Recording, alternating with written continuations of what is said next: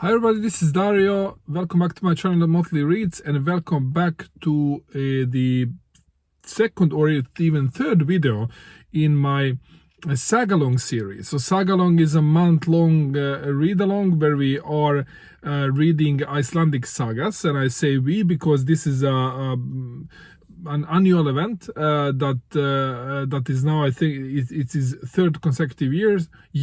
It has been started with a group of really great booktubers. I talked about them, I presented them already in my introduction video for this Sagalong, and this is the first year where I'm participating as a co-host.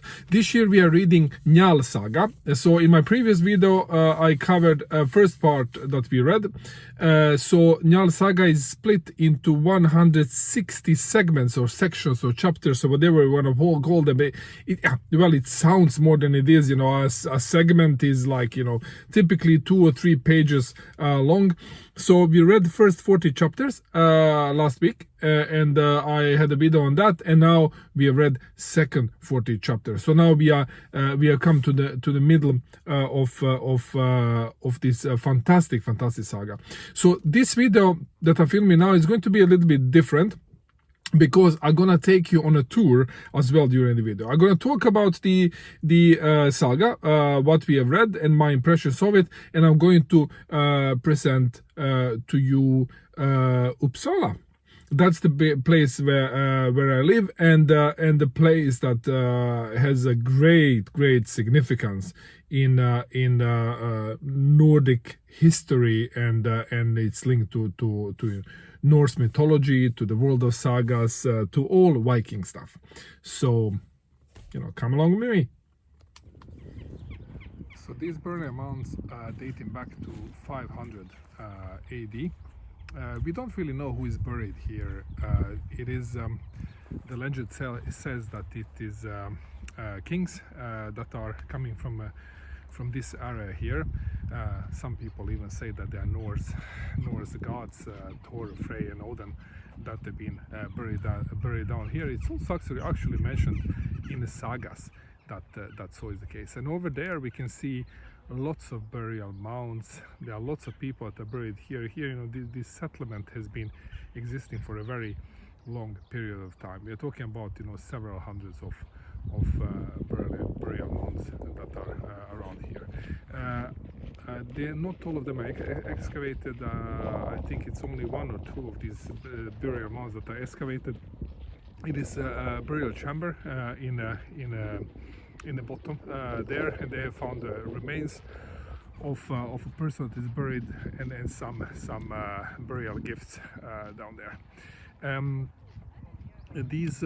All this area has been populated for a long period of time, and this specific practice of burial mounds and also burials in boats. So in some cases burials under the ground have been conducted by putting a deceased person in a boat together with all its belongings and burying it down. This has been ongoing during the 500 AD. This period is called Vandal Period, and this area here just north of Uppsala is also there is one place called Vandal as well. And this is the first instance of traces of so-called Nordic warrior kings that have come to this area in the 500s, even the 400s, after the Roman Empire collapsed. And some historians think that many of these people who are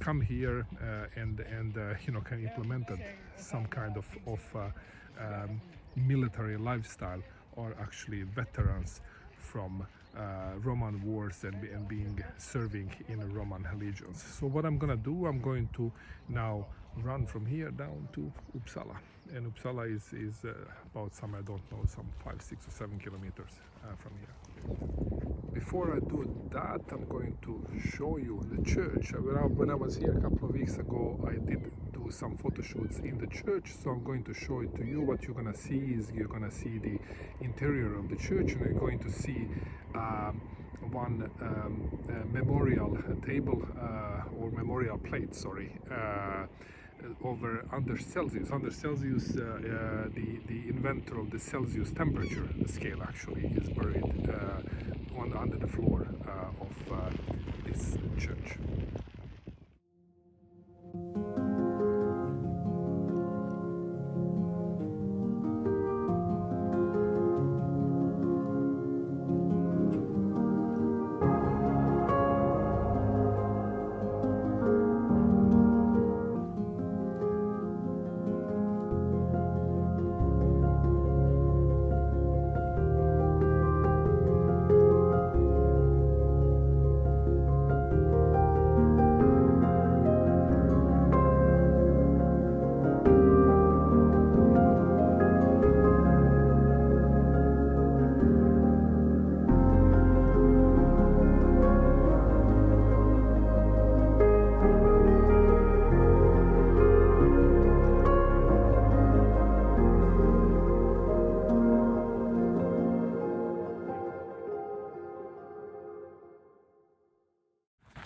So, what happened in this section of Njal saga? Where we left off last time, it was a blood feud ongoing between Haljed and Bertura, wives of Gunnar and Njal, where escalating blood feud was going on. Now in this section, the things continue to derail, partially driven still by Haljed, which also drove Gunnar to hit her once, which she told him that she will never forget. And things start to spiral even more and more for Gunnar, and he's getting into more and more trouble, and more people really trying to fight him, trying to, pick a fight with him, pick a fight with each other, and the story becomes more and more bloody, and more bodies are put down to the ground. So it is developing into some kind of a gangster saga almost. So now I'm running along the old procession road, going from Gamla Uppsala, where we just left off, to Uppsala, the city that was previously, or the place that was previously called Eastern Aros. So Gamla Uppsala was a center of a Swedish church, or of a church, when the Nordic were Christians. So already in 11th and 12th century, the first church appeared over there. But eventually, the center of the church was moved from Gamla Uppsala to Uppsala, where we are now heading. So all these fights that Gunnar is involved in are originating from partially envy from the people around him, because he's quite a successful guy. He's very strong, he's good looking, he is a very honorable man, and his honor is obviously annoying for a lot of people. In addition to that, he has a wife that is really keen on picking fights with people. Back then in the old Iceland and this old Nordic society, even here was very military in itself, and it was very much based on honor, in a way that we are associating with some of the societies today in parts of Middle East, for instance, where the rationale for some outrageous deeds, very violent deeds, is found in an urge to defend the honor of yourself or honor of the family. And if you don't do that when somebody is picking fight with you, or somebody is claiming that you are not honorable person, or somebody is claiming that you are a thief or something like that, if you don't defend yourself with violence, you are getting expelled from society. So it is the society that is rule of the strongest, and Gunnar is the strong guy. And for everybody, if they wanna hit Gunnar, you know, that will put them higher on a social ladder. So that's why everybody is just trying to find ways to pick fight with him. But you know, his wife Halgerd is not really helping him very much. On the contrary, even in these 40 segments we see quite a lot of fights, quite a lot of violent scenes, quite a lot of very, very graphic descriptions of people getting really slaughtered. And where Gunnar is and his friends are very much like superheroes who are really managing to fight off every attempt to hurt them. So after each of these combat scenes, you know, some people are getting killed, and then we have a scene where everybody goes to Alting, where all the three men meet and are dealing with different things, among other stuff, legal matters, and where all these feuds and disputes are attempted to be settled by paying penalties. And if you cannot pay a penalty, you can fight. If you don't want to fight, you are disgraced and are going to be expelled, and even if you stay after being expelled, you are going to get killed. And Gunnar is winning all these battles, and the body count is just increasing, and he has to pay more and more. And actually he managed to pay off people, but even if you pay off, the sense of honor is so strong that some people just disregard that you actually paid penalties, and then they go try to kill your family members as a revenge. So this is very, very strong there, but nobody can really fight off Gunnar. So they are getting together, having meetings between different groups and families, and trying to figure out ways how to create the perfect ambush for Gunnar and get him killed. Njal saga reminds me very much of some modern stories, some modern gangster movies like Godfather, for instance.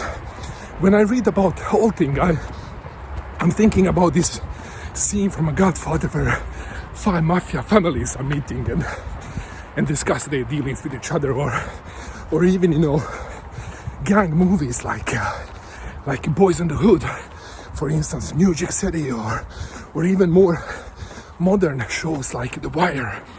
You know, when you create a society that is just outside of society, where violence is the only way to settle matters, this is how things work at Iceland.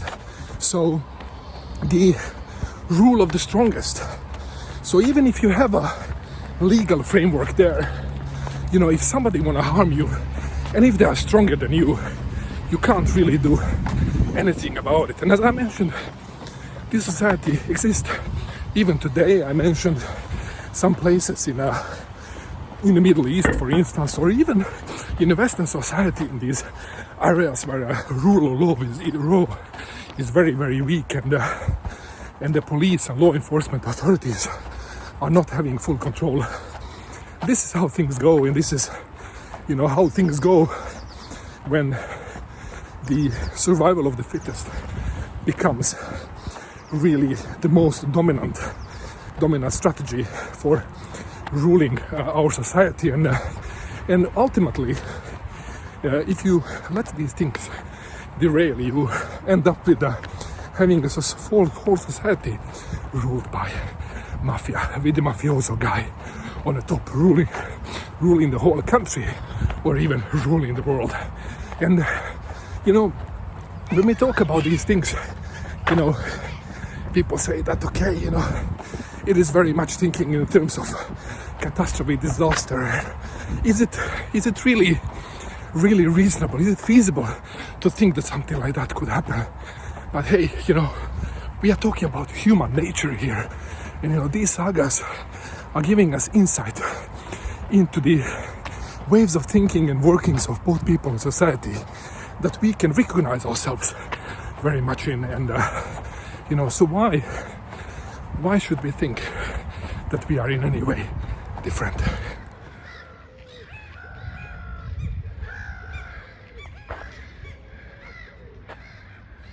So we are now in Uppsala, which is it wasn't, what did I say, 6, 7, 8 kilometers. Actually it was 5.7 kilometers. So I need to do some more running, obviously. So this place was from the beginning called, as I said, East Aros. It was some kind of trade station. And in 13th century, it was decided that the seat of a church, this area here, is going to be moved down here. And then the church up there in Gamla Uppsala was abandoned. It is serving as a parish church, and the new church was built here. Actually, a magnificent cathedral that I'm going to show you soon.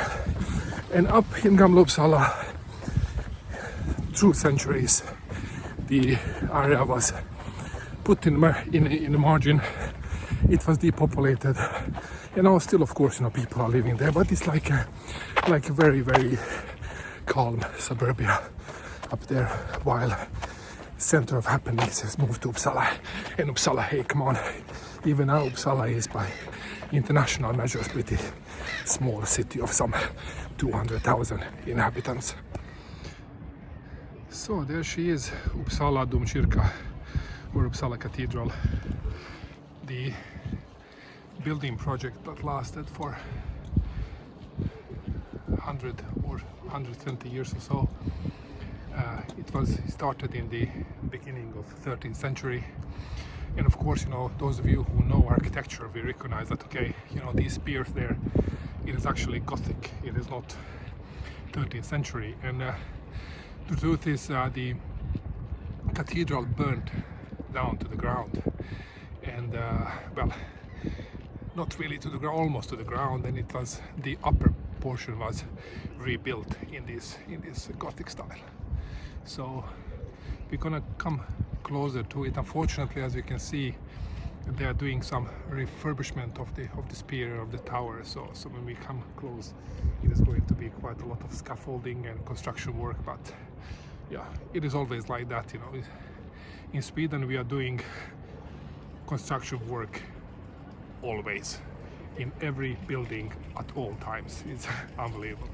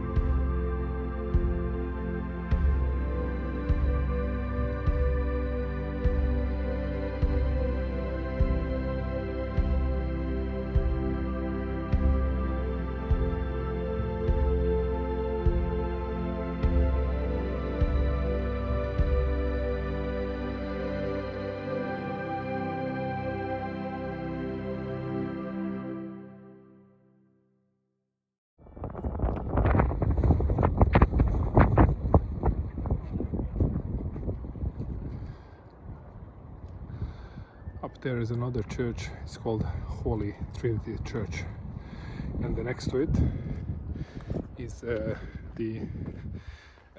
Dean House or Rector's House, where the rector, Dean of the Uppsala University, has his or her offices.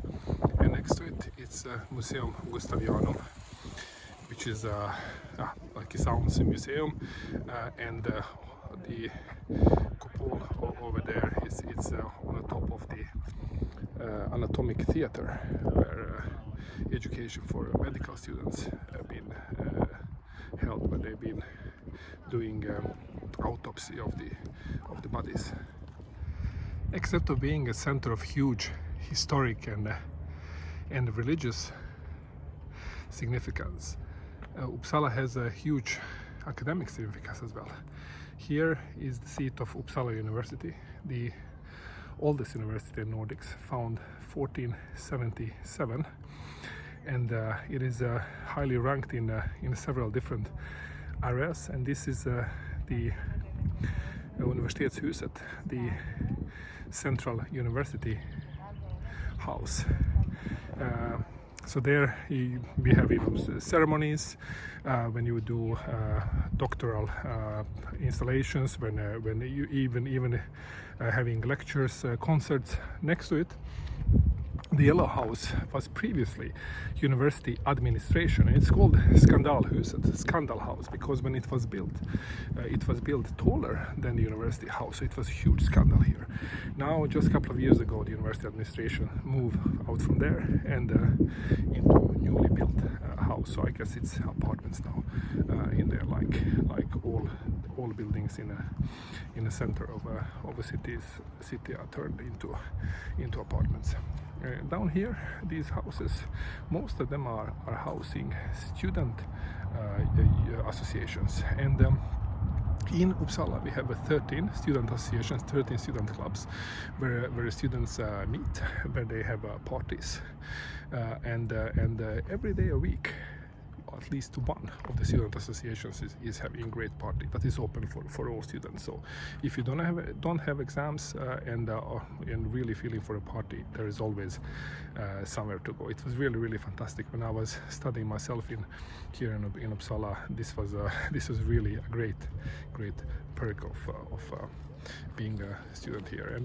And student associations very often in their houses, they also have a student housing down there. For instance, in this orange house, one of the student associations that is meant for students from southern Sweden, they have apartments on top stores there. So, and as you can imagine, being university city, approximately 30 to 40,000, I think, students are active here at any point of time. In this small city, it's very difficult to find housing. So to having it offered by student association is really a great thing. Here in University Park we have lots of these what we call runestenar, which are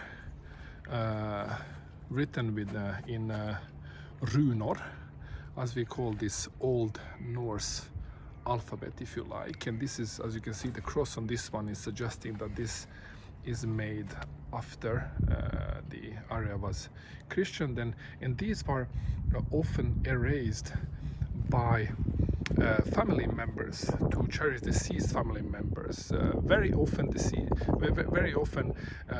erected by women in honor of their sons and men that went, for instance, to England or to Ukraine and have died there, or even if they came back and were great men, these stones were raised in their honor. So here in University Park there is a bunch of these. They can be found pretty much everywhere, and here this particular one is it says here, Runestone with an inscription from the 11th century AD. Björn and the store in memory of sold. The stone was found in connection with restoration work in the Archbishop's house. Large parts of the stone and inscriptions are missing. So this is the runes on it. And these stones, they are everywhere in this area that is called Uppland, where I live. And And the runestone that you can see in the introduction to each of these Sagalong videos is actually just a short walk from my house. So I really enjoy when I'm out for a walk, you know, sit close to it and look at it. And so this is, you know, carved in stone here, and then it is frequently filled with this red paint here to be able to see this beautiful pattern. And this particular stone says Forkunen Brune had a memorial made in memory of Igulfas, their father. So this stone was found east of the river. It was probably part of the material used in the construction of the Franciscan monastery in the 13th century. The inscription is cut by the rune master Uppir, and this guy Uppir is very often mentioned as a rune master from this area. Many of the stones are his, and up there we can see another rune stone. So they are everywhere here in the university park. Here is another one from Uppir. This guy was very active. So this is one of the larger ones. These runestones are also cut on several sides, not only on one side. As you can see, this one is cut all the way around, and I'm not really sure if Uppir is behind this one. What does it say? No, it's another guy. It's a rune master, Åsmund. So cool, huh? So back to Njal saga and Gunnar and all these things that were going on. It is so we know it's a quite savage society that the Gunnar and Njal are living in, and the question here is how come these guys really accept to live in that type of society, and how come they find themselves, you know, okay with not knowing if they're going to live another day at any point of time. Well, nobody really knows even now, but they're, you know, getting killed. It was reality every day. Some people didn't accept that. For instance, Gunnar's brother, at least so far in the saga, he has left the country, and this thing that is ongoing, these fights are actually at the end of the day leading to Gunnar's death, where he was finally routed with his enemies that got him killed. And in killing of Gunnar, his wife Halgerda was very instrumental. She was actually betrayed him and didn't want to help him out when he needed her most, so he got killed at the end of the day.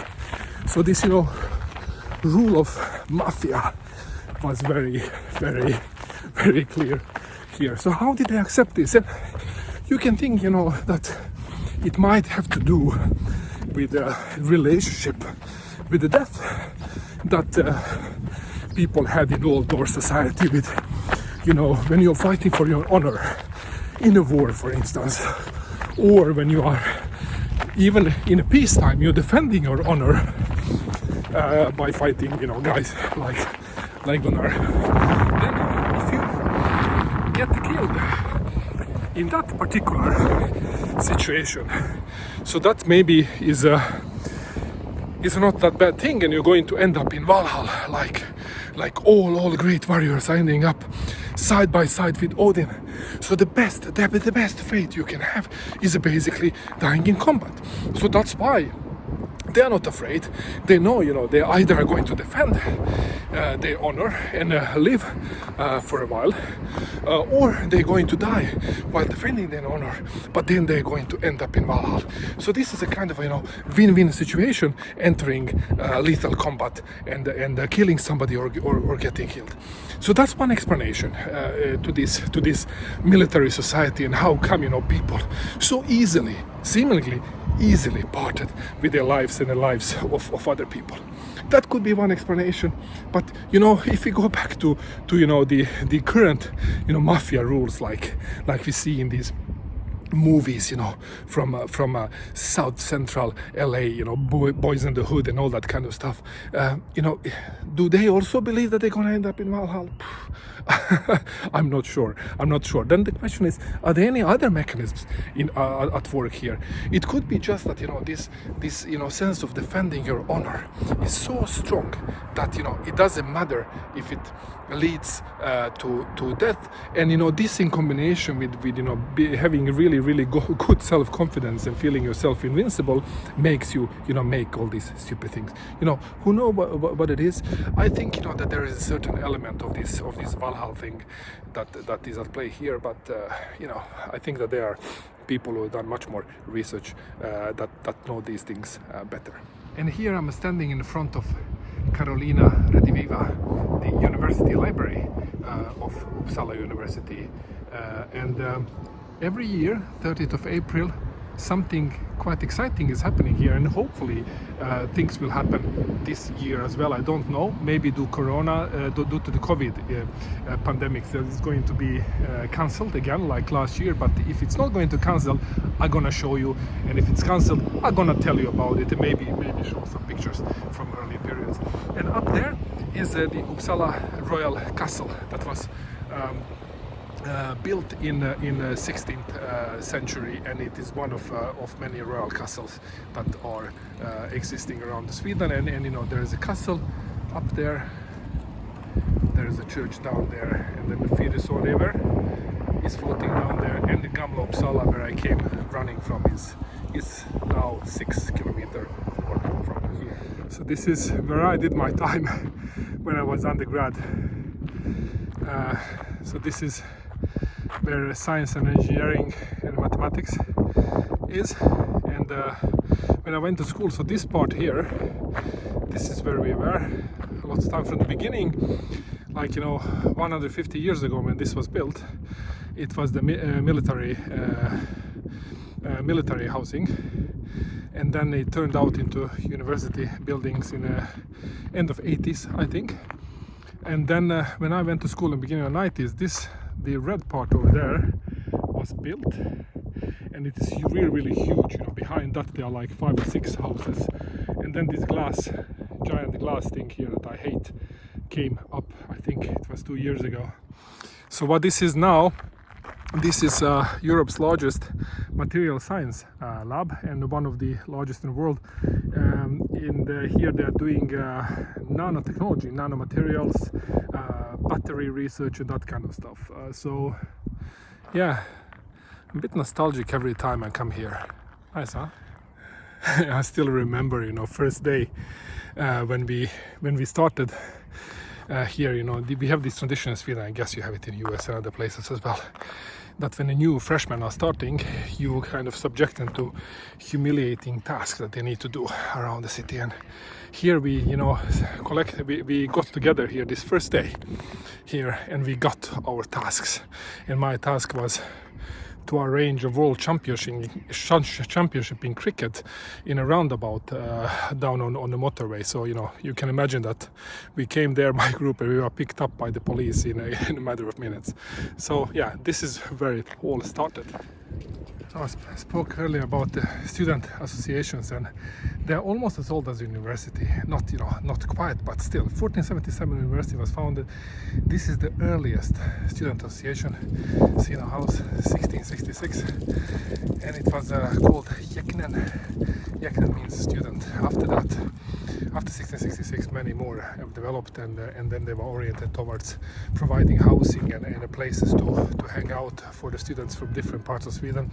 This particular one is now for a student association from Västra Götaland, Västra Götaland, that's west of Sweden, where this place Hisingen is. So those of you who read carefully, you have seen that the Hisingen was mentioned several times in Njal saga, and that's an island on the west of Sweden, part of Västra Götaland. So now we have left the campus, and I'm also leaving the city center, heading back to Uppsala to finalize my run and wrap up this video. See you soon. So back in Gamla Uppsala now. So it was pretty long run, 16.27 kilometers, a bit longer than I was planning to do, but it was low temperature, it was fine. So back to my car. Over there you see the flags there, and then some flat mound. That mound is actually Alting's mound. So this is where people here had their Alting meetings, where they made decisions about solving disputes about life and death. And it will be very, very interesting to see how things develop in Njal saga and what new decisions will come out from the Alting, and most important of all, will they be respected? So until next time, take care.